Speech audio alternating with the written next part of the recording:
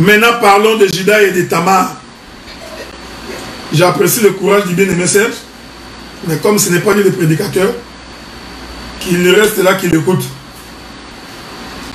Vous savez, j'ai toujours dit ceci, quand tu es prédicateur,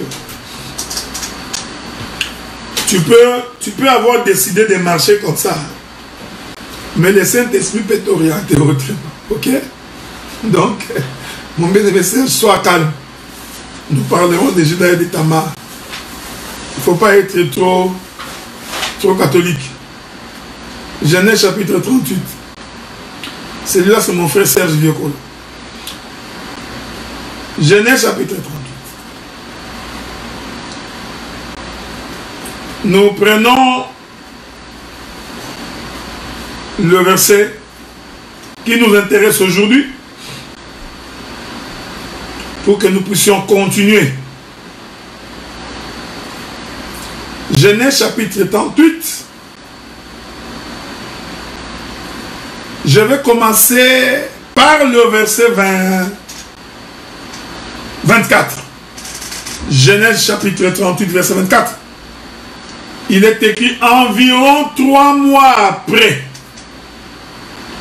On vint dire à Judas, Tamar, ta belle-fille, s'est prostituée. Même la voilà enceinte à la suite de sa prostitution. Et Judas dit, faites-la sortir, qu'elle soit brûlée. Comme on l'a menée dehors, elle fit dire à son beau-père, c'est de l'homme à qui ces choses appartiennent que je suis enceinte. Reconnais, je t'ai pris. À qui sont ces cachets, ces cordons et ces bâtons? Judas les reconnut et dit, elle est moins coupable que moi, puisque je ne l'ai pas donnée à Sheila mon fils, et il ne l'a connue plus. Ça, c'est le texte que nous allons devoir exploiter aujourd'hui. Et le samedi prochain, nous allons devoir expliquer la grossesse de Tamar. La Bible dit que 3 jours après, on en a informé Judas que Tamar, ta belle-fille, est enceinte. Et Judas dit, puisqu'elle est enceinte, c'est-à-dire qu'elle s'est prostituée, nous devons donc brûler. On doit donc brûler Tamar. Quand Tamar sort dehors, il va donc présenter les cordons, le cachet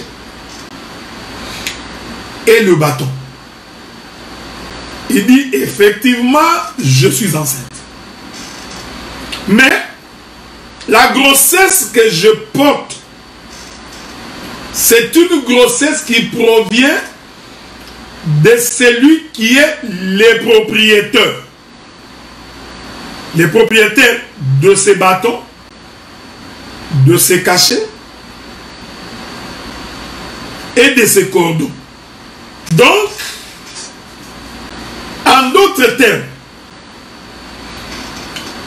quand Judas regarde ces 3 choses, automatiquement, il justifie Tamar. Est-ce que vous me suivez?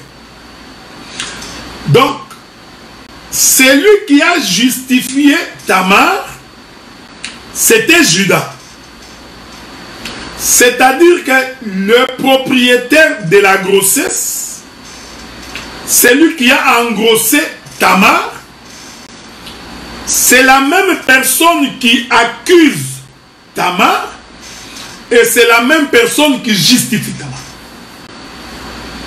Ici, vous allez comprendre que Judas se présente au devant de Tamar comme un juge. Parce que quand il demande qu'on amène Tamar dehors, il a donc porté un jugement sur Tamar. Il dira qu'il soit donc brûlé. Ici, vous allez comprendre que le frère Judas, il est le juge. Car c'est le juge qui annonce la sentence. C'est le juge qui apporte le jugement. Et il dit, puisqu'elle est enceinte, en d'autres termes, puisqu'elle s'est prostituée, elle doit donc être brûlée. Je vais exhorter. Cela veut dire que tout celui qui se livre à la prostitution est donc condamné à être brûlé. Est donc condamné à la mort. C'était ça le jugement porté par Judas. C'est pourquoi je voudrais t'exhorter et te dire, tout celui qui ne mène pas la vie conforme à la parole, tout celui qui n'obéit pas à la parole de Dieu, en réalité c'est un ou c'est une prostituée. Je vous avais expliqué quand j'avais commencé mon intervention que la prostitution selon Dieu, selon la pensée de Dieu, se prostituer, c'est lorsqu'on détourne son oreille pour écouter la voix de l'Éternel. Quand on n'écoute plus la voix de son mari, le Seigneur considère ça comme étant une prostitution. Donc la prostitution, selon la Bible, ce n'est pas écouter la voix de l'époux. Or, ne pas écouter la voix de l'époux suppose écouter la voix de quelqu'un d'autre. C'est pourquoi même dans la doctrine, j'ai toujours dit, la femme doit avoir l'habitude d'écouter son mari, de ne prêter l'oreille que pour écouter son mari. Quand la femme commence à écouter quelqu'un d'autre que son mari, je t'informe que spirituellement, cette femme, c'est déjà une prostituée. Elle est sur la voie de la prostitution. Elle est sur la voie de la séduction. Ne pas écouter son mari, c'est ça même la séduction. Voilà pourquoi, en ce qui concerne le fruit de l'arbre de la connaissance du bien et du mal, lorsque Ève a écouté la voix du serpent, en mangeant le fruit de l'arbre de la connaissance du bien et du mal, le Seigneur considère ça comme étant de la prostitution. Mais pour bien faire comprendre cela, l'Éternel est donc parti des choses visibles. Il est donc parti de naturel vers le spirituel. Est-ce que vous comprenez ce que nous disons? C'est pourquoi, quand le Seigneur vient visiter l'homme dans les jardins, qu'est-ce que le Seigneur dit? Je voudrais vous trouver une écriture nous permettant de bien comprendre ce que la Bible dit. Lisons une écriture, vous permettez? Lisons une écriture dans les livres de Genèse. La Bible dit ceci. Je suis dans Genèse chapitre 3, le verset 13. L'Éternel Dieu dit à la femme, pourquoi as-tu fait cela? La femme répondit, le serpent m'a séduit et j'en ai mangé. Ici, la séduction ici, c'est ici que nos frères, nos sœurs de l'homme de Kentucky n'ont jamais compris. Pour comprendre, quand la femme dit que le serpent m'a séduit, c'est simple. Il faut rentrer dans Genèse chapitre 3, à partir du premier verset. Le serpent était le plus rusé de tous les animaux de champ que l'Éternel Dieu avait fait. Il dit à la femme, Dieu a-t-il réellement dit? La séduction a commencé par écouter. C'est ça la séduction. Être séduit, c'est écouter quelqu'un d'autre que celui que tu es censé écouter. Vous ne mangerez pas de tous les arbres du jardin? La femme répondit au serpent, nous mangeons du fruit de tous les arbres du jardin. Mais quant aux fruits, voyez-vous? Donc la séduction procède par un baratinage, c'est-à-dire par le parler.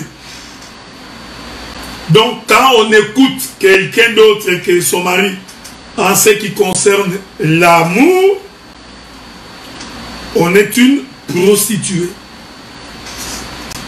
C'est pourquoi j'ai dit, tout celui qui n'écoute pas la voix de Dieu, tout celui qui n'écoute pas la parole de Dieu, tout celui qui ne respecte pas les préceptes de l'Éternel, en réalité c'est une prostituée. C'est une femme infidèle. Car la fidélité de la femme, c'est dans le respect de ce que l'homme dit. Donc, ici, Judas prononce une sentence pour tous les prostituées. Or, dans le corps d'Adam, toute l'humanité s'était vouée à la prostitution. Est-ce que vous comprenez ce que nous disons? Par Adam, nous sommes tous devenus des prostituées. Et nous sommes tous condamnés à mourir. C'est pourquoi la Bible dit que tous ont péché et sont donc privés de la gloire de Dieu. Tous.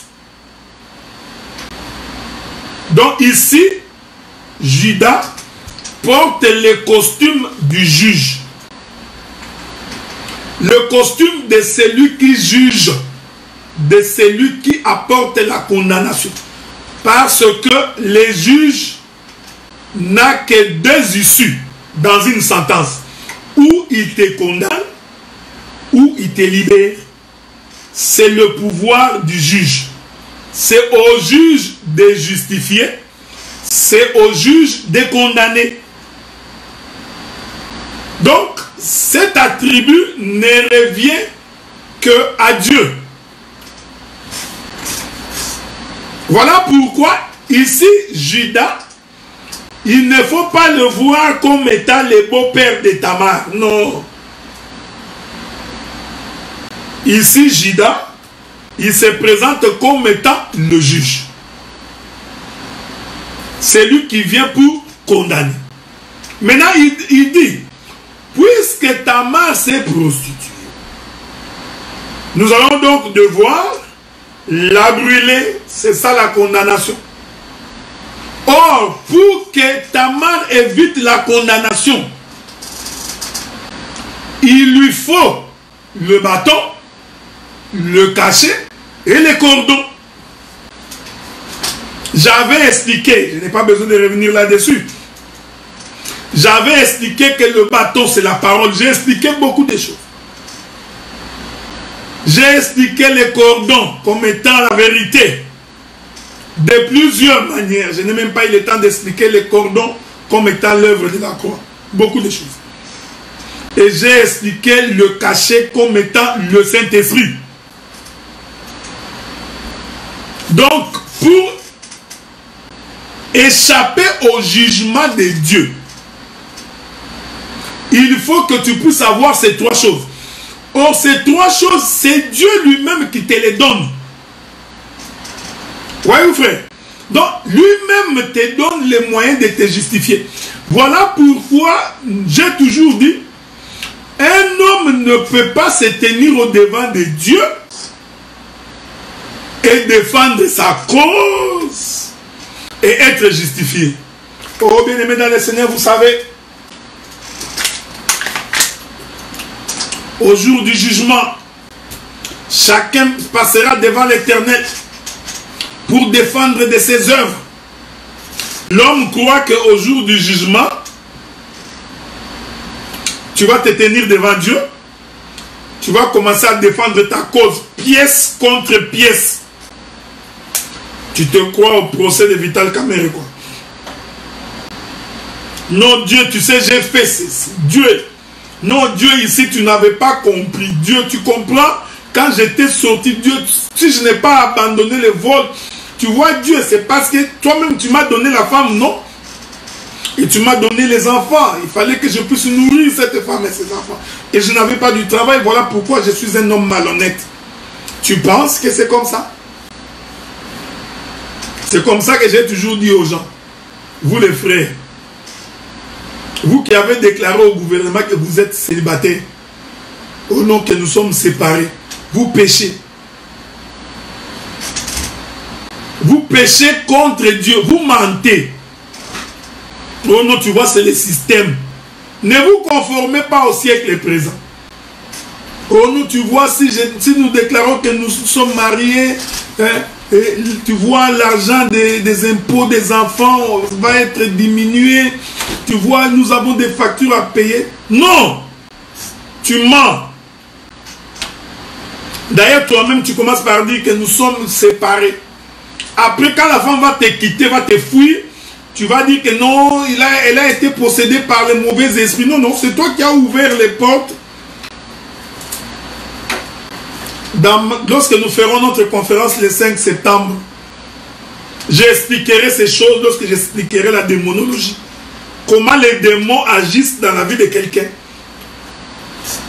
Un démon, pour agir, il doit trouver, il faut qu'il trouve l'accès. Il faut qu'il trouve en toi quelque chose qui lui permet d'agir. S'il ne le trouve pas, il ne peut pas agir. Est-ce que vous comprenez? Donc, il ne faut pas croire que tu vas te mettre devant Dieu pour te justifier. Non. Au jour du jugement, tu vas dire à Dieu éternel, n'ai-je pas chassé les démons en ton nom? N'ai-je pas guéri en ton nom? Et la Bible dit que Jésus dira, je ne vous connais pas. Tu penses vraiment que ça va être comme ça? Tu t'imagines, parce que tu as lu les Écritures noir sur blanc, toi tu te dis non, certainement que nous les serviteurs, nous allons nous mettre devant Dieu pour dire que nous avons chassé en ton nom. Tu oublies que tout ça, ce sont des paraboles. Ce sont des langages. Personne ne peut se tenir au devant des trônes de l'Éternel, défendre sa cause et réussir. Non.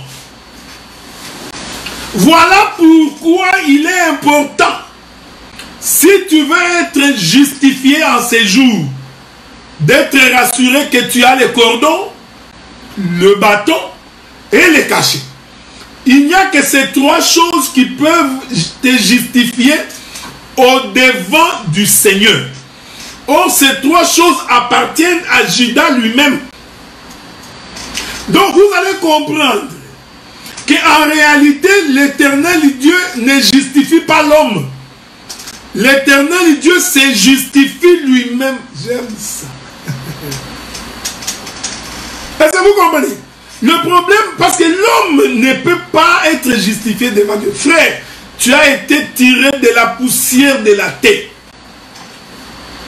conçu dans le péché, dans les désirs charnels. Je t'informe que tu as été conçu dans les désirs charnels. Ton papa a senti un désir charnel pour aller vers ta maman. Et ta maman aussi a senti les désirs charnels. Et c'est dans ces désirs charnels qui t'ont conçu. Tu es né dans le péché. Donc tu ne peux pas entrer au ciel. Donc pour que tu rentres au ciel, il faut que Dieu lui-même te justifie. Or, comme Dieu est un Dieu des principes, il ne peut pas te justifier par une simple déclaration. Non. Il doit te donner les éléments de ta justification. Est-ce que vous comprenez ce que nous disons? Il faut qu'il te donne les éléments. C'est pourquoi tout enfant de Dieu qui est censé rentrer au ciel, Dieu doit lui donner les éléments lui permettant d'entrer au ciel. Donc si nous voyons quelqu'un qui ne croit pas à la parole, qui n'a pas de Saint-Esprit, qui n'a ni cordon, ni bâton, ni cachet, et prétendre que Dieu le connaît, il se trompe lui-même. Parce que ces jours-là, frère, si Tamar n'avait pas ces trois choses, on allait la brûler. C'est-à-dire que Judas savait que c'était la femme de son fils. Mais si ces trois choses n'étaient pas là, point de pitié, elle allait mourir. C'est pourquoi nous disons, frère, pendant que nous prêchons encore l'évangile,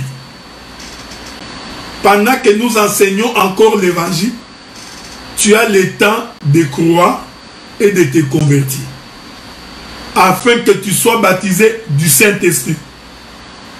Est-ce que vous comprenez ce que nous disons?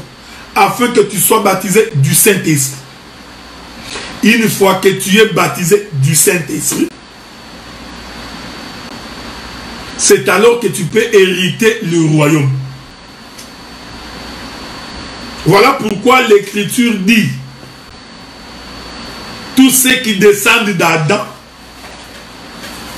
naissent dans le péché. Je voudrais vous trouver une écriture là-dessus. Je n'ai pas compris également l'intervention du bien-aimé Serge. Si il peut expliciter sa question, je vais devoir y revenir là-dessus. L'écriture dit quoi? Lisons une écriture pour que les gens puissent bien nous saisir là-dessus. Souffrez, hein? Romains chapitre 3. Romains chapitre 3, nous lisons à partir du verset 20. Non, verset 21. Maintenant, sans la loi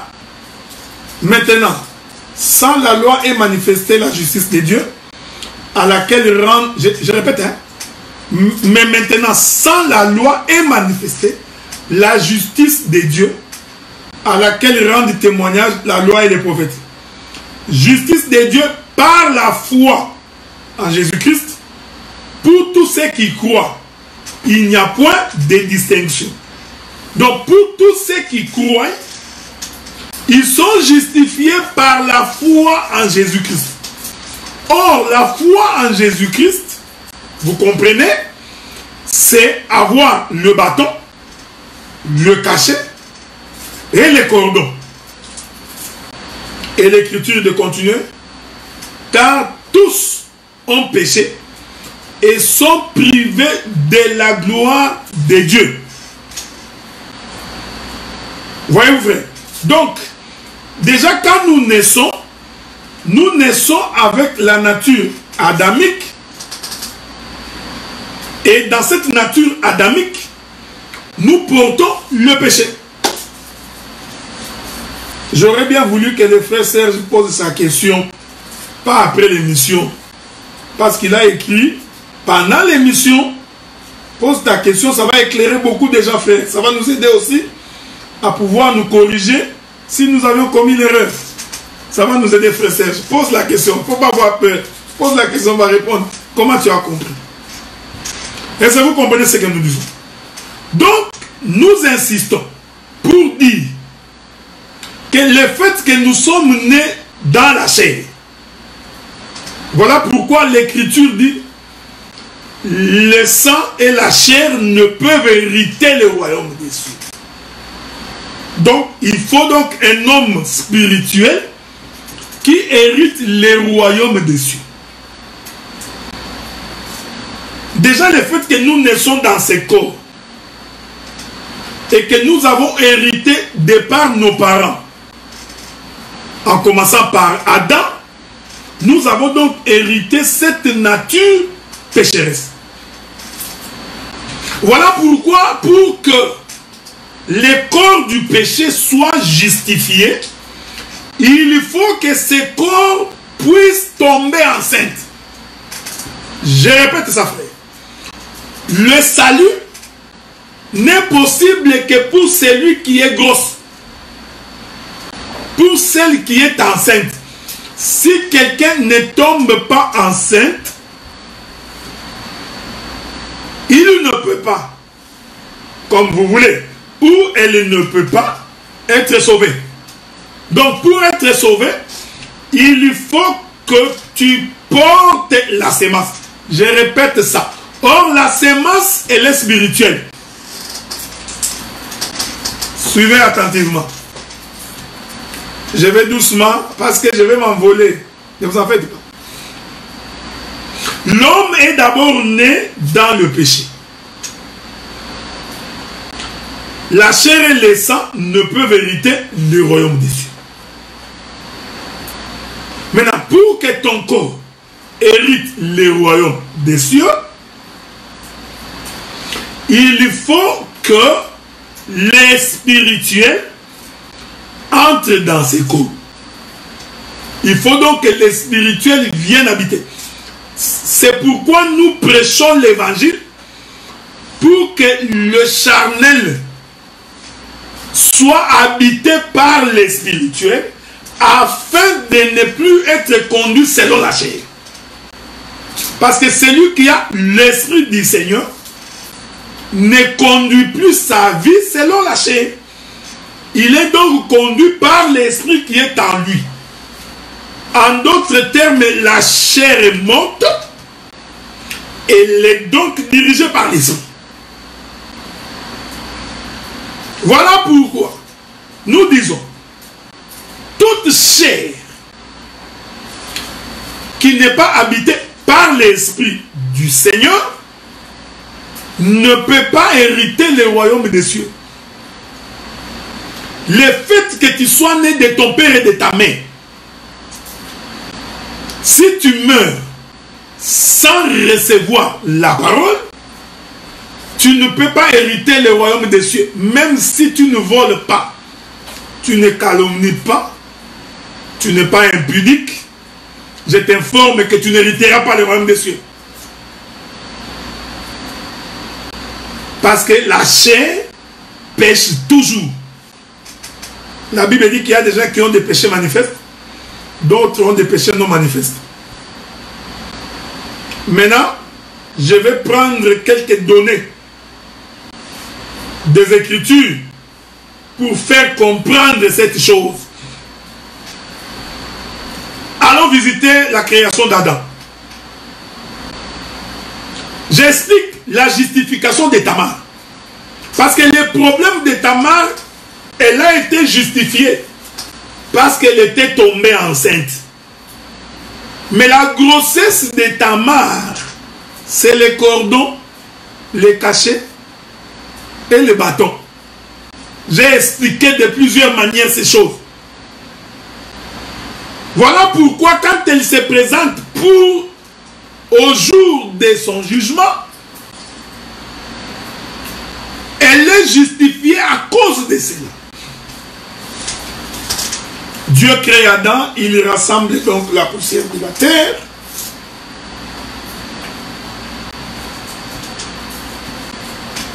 Il rassemble la poussière de la terre.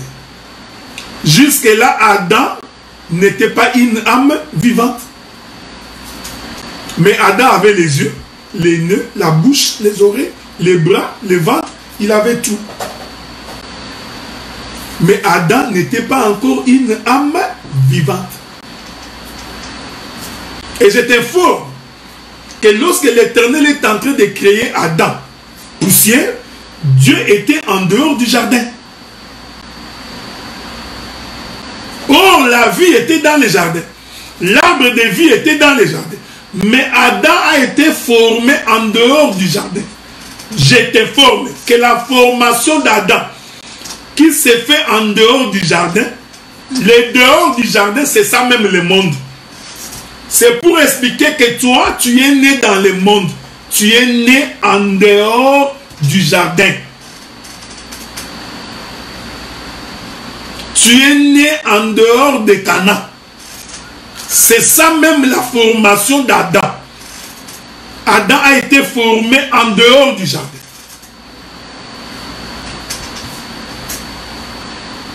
Est-ce que vous comprenez ça? Adam a été formé. Ouais, j'insiste. Formé ici, en dehors du jardin, nous comprenons qu'il rassemble la poussière de la terre. Mais formé aussi, c'est le fait que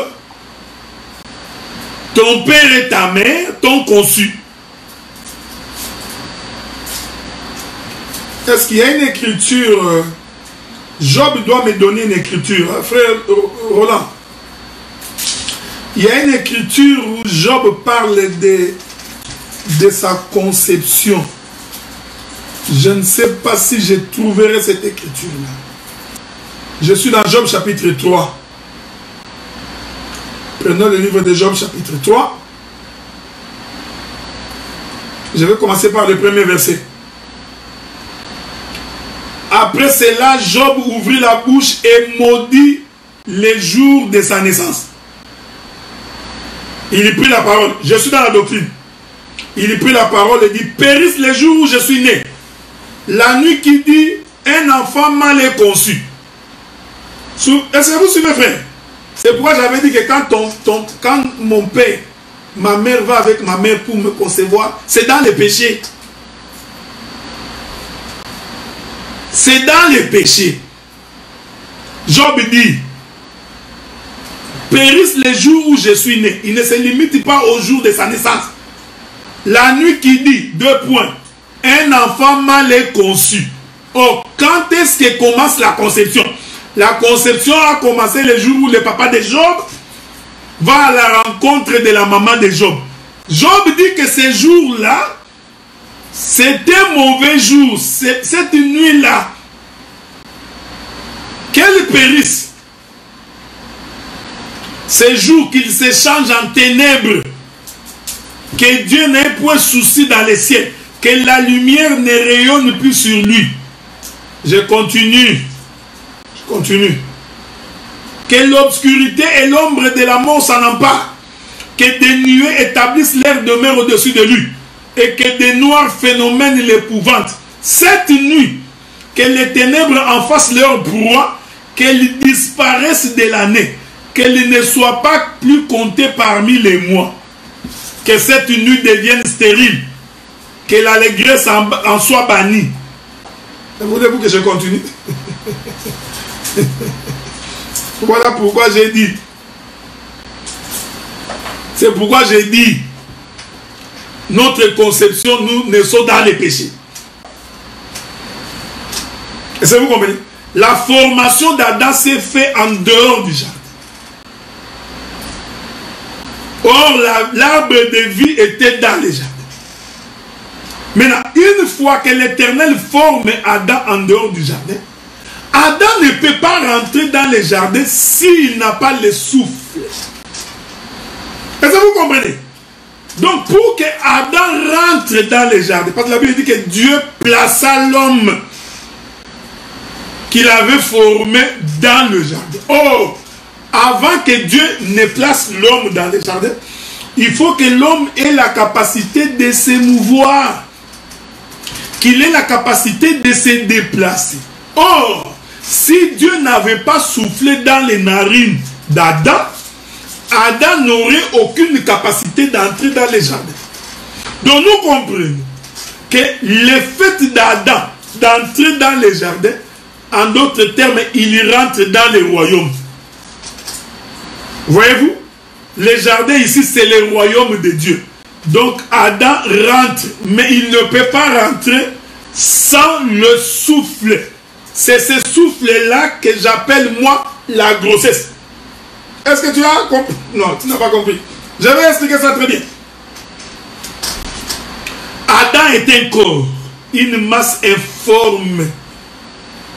Une masse qu'on avait formée mais dont l'intérieur était vide. Est-ce que vous comprenez ce que nous disons? Adam, c'est un vase dont l'intérieur est vide.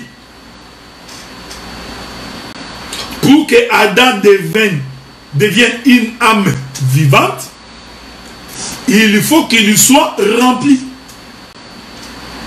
Donc quand Dieu souffle dans les narines d'Adam, en réalité Dieu était en train de remplir Adam. Donc Adam était un vase. Mais le souffle de Dieu remplissait donc Adam. En d'autres termes, le souffle était porté par le corps. Le corps d'Adam, un vase terrestre, a donc porté le souffle de Dieu. Et c'est ce souffle de Dieu que j'appelle la grossesse. Est-ce que vous comprenez ça, frère? C'est ce souffle de Dieu-là que j'appelle la sémence. Donc, en soufflant dans Adam, Dieu a sémé son esprit. Voilà. Donc, le souffle de Dieu, c'est toute une sémence. C'est la sémence que Dieu a sémée dans un corps. Et ainsi, Adam devient enceinte. Il porte donc dans son ventre le souffle de l'Éternel. Remarquez cette chose. C'est pourquoi, quand nous croyons à l'Éternel, quand nous croyons et nous acceptons de suivre le Seigneur, le Seigneur a l'obligation de nous baptiser du Saint-Esprit. Or, le Saint-Esprit en nous, c'est toute une grossesse. C'est pourquoi le frère Paul avait raison de dire, ce n'est plus moi qui vis, mais c'est Christ qui vit en moi. Donc, Paul, c'est un corps, c'est une masse, c'est un vase, dont à l'intérieur, l'Esprit de l'Éternel. Christ est à l'intérieur. Donc, l'Esprit, c'est ça la grossesse. J'aime la Bible, frère. C'est pourquoi, lorsque l'ange Gabriel croise Marie, Marie lui pose la question. Moi qui suis vierge, ici, Marie voulait dire, je suis vide. Il n'y a en moi aucune sémence. Suivez. Comment cela m'arrivera-t-il? Comment tomberai-je enceinte? L'ange répond. L'Esprit de l'Éternel te couvrira. Et l'ombre du Très-Haut. Voyez, frère. Donc, c'est l'Esprit de l'Éternel qui vient dans le corps de Marie. Donc, l'Esprit, c'est toute une sémence. L'Esprit, c'est la sémence qu'on sème dans. C'est pourquoi nous disons, quelqu'un qui n'a pas l'Esprit de Dieu, il n'a pas Dieu. Il ne lui appartient pas. Il n'a rien pour témoigner qu'il est fils de Dieu. Or, l'Esprit de Dieu dans un homme, c'est toute une grossesse. Or, quand tu es gros, ce n'est plus toi qui vis. C'est le Fils qui vit en toi. C'est pourquoi le frère Paul dit, celui qui n'a pas le Fils n'a pas la vie. Or, le Fils, c'est une sémence. Le Fils, c'est un esprit. Je rentre dans le jardin. Remarquez cette chose. Adam ne pouvait pas rentrer dans le jardin si premièrement il n'était pas engrossé. Donc quand Dieu souffle dans Adam, en fait Dieu a engrossé Adam. Dieu mettait sa sémence dans le corps d'Adam. Or cette sémence, nous l'avions expliqué de plusieurs manières, c'est ça même la parole de Dieu. La parole de Dieu est esprit et vie. N'avez-vous pas lu cette écriture là? Frère Roland, Est-ce qu'on peut trouver cette écriture-là? Jésus qui dit, mes paroles sont esprit et vie. C'est dans les livres des gens.